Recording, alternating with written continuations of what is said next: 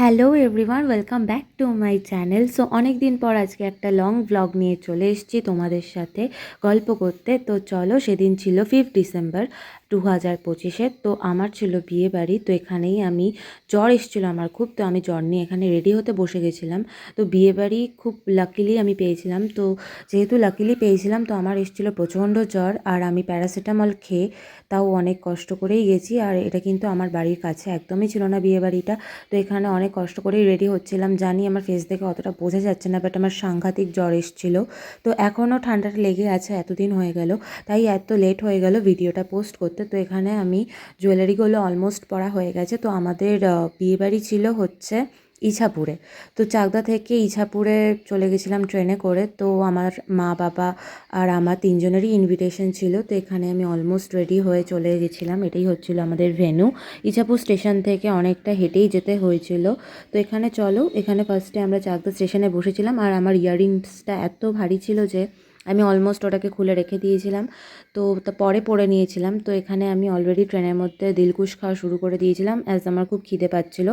তো কথা বলতে বলতে আমরা পৌঁছে গেলাম ইছাপুর স্টেশনে। তো এখানে রাস্তার মধ্যে এতগুলো বিয়েবাড়ি ছিল সেদিন যে আমরা তো কনফিউজড হয়ে গেছিলাম। ফার্স্টে আমি আর মা গেছিলাম, বাবা হচ্ছে অফিস থেকে, বাবা ডিরেক্ট এসেছিলো।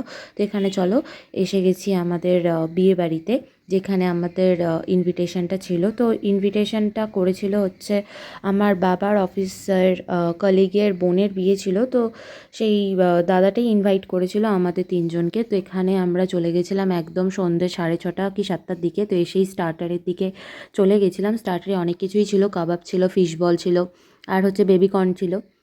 তো এখানে আমি কাবাবটা খাওয়া শুরু করে দিয়েছিলাম। আর সেদিন খুবই ঠান্ডা পড়েছিল, বাট আমি ফটোজ আর ভিডিওসের জন্য হচ্ছে হুডিটা খুলে রেখেছিলাম। তারপরে চলো মেন কোর্সে চলে এসেছিলাম।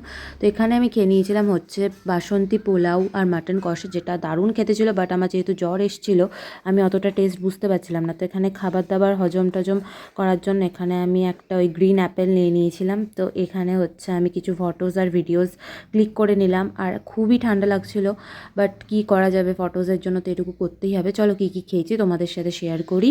তো ফার্স্টেই স্টার্টারে যেটা দেখতে পেলে যে এতগুলো খেয়ে নিয়েছি, এত কিছু। তারপরে ট্রেনের মধ্যে এটা খেতে খেতেই অলরেডি গেছিলাম।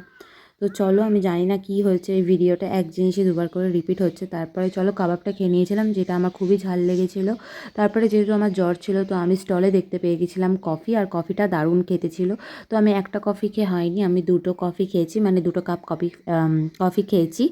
তো তারপরে নিয়ে নিয়েছিলাম হচ্ছে ওখানে ব্লু লেগুন আর লিচি, দুটোই আমি খেয়েছি, কারণ এগুলো আমি খেতে খুবই ভালোবাসি। তো এখানে অলরেডি আমি হুডি পরে চলে এসেছি, কারণ আমার বিশালই শীত করছিল।